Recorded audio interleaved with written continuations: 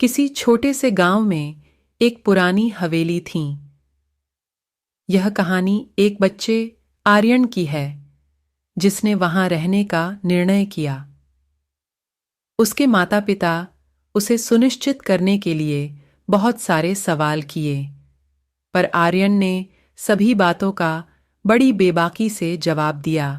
मुझे डरने का कोई शौक नहीं है। आर्यन एक निडर लड़का था। वो भूतों की कहानियों में विश्वास नहीं करता था। एक दिन आर्यन ने वहां रहने का निर्णय किया और उसके माता पिता ने उसे वहां रहने की इजाजत दे दी। हवेली में नई शुरुआत के साथ आर्यन का स्वागत हुआ। पहले 2-3 दिन तो सब ठीक था, पर एक रात आर्यन ने सुना कि रात के समय वहां कुछ अजीब आवाजें आ रही हैं। धीरे धीरे उसके मन में अजीब ख्याल आने लगे कि शायद वहां भूत हो सकते हैं। लेकिन आर्यन ने खुद को समझाया और खुद से कहा, ऐसा कुछ नहीं हो सकता। कोई भूत वूत नहीं होते, ये सब तो मेरे मन का वहम है। एक दिन जब आर्यन अपने कमरे में अकेला था, उसने एक अजीब सी आवाज सुनी। वह बाहर देखने निकला और उसने देखा कि एक छोटे से बच्चे रो रहा था, जिसने फटे पुराने कपड़े पहने हुए थे। उसे देखकर ऐसा लग रहा था वह कई महीनों से नहाया भी नहीं है।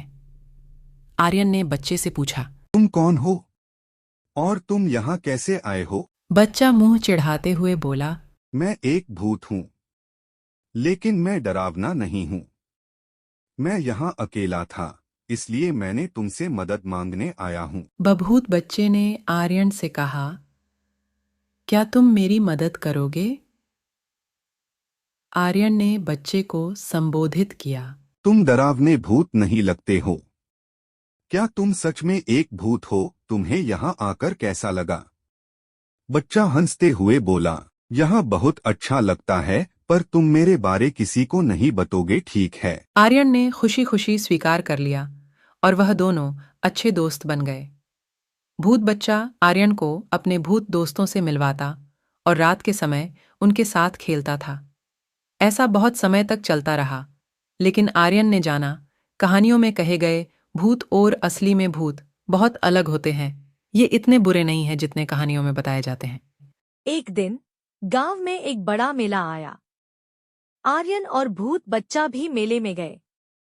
वहां उन्होंने एक ज्योतिषी से मिला। ज्योतिषी ने आर्यन के हाथ को देखते हुए कहा, तुम्हारे पास अद्भुत शक्तियां हैं, तुम भूतों के साथ बातचीत कर सकते हो। आर्यन ने कुछ कहा नहीं, क्योंकि उसने भूत बच्चे से वादा किया था वह किसी को नहीं बताएगा इस बारे में। आर्यन को बहुत अच्छा लगा कि उसकी दोस्ती भूत से उसके लिए कुछ स्पेशल हो सकती है।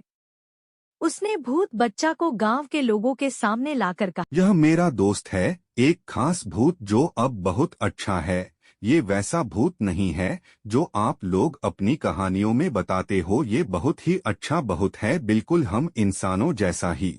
गांव वाले पहले तो हैरान हो गए, लेकिन आर्यन के समझाने पर सब समझ भी गए और बहुत खुश हुए कि उसने एक भूत को दोस्त बनाया है। भूत बच्चा ने सिखा दिया कि अगर कोई हमें डरा रहा है तो हमें उसको अच्छे तरीके से समझाना चाहिए। इसके बाद से गांव वाले और आर्यन ने मिलकर भूत बच्चा को उनकी सारी तकलीफों से बाहर लेकर बहुत अच्छा महसूस किया और उसे अपना सदस्य मान लिया।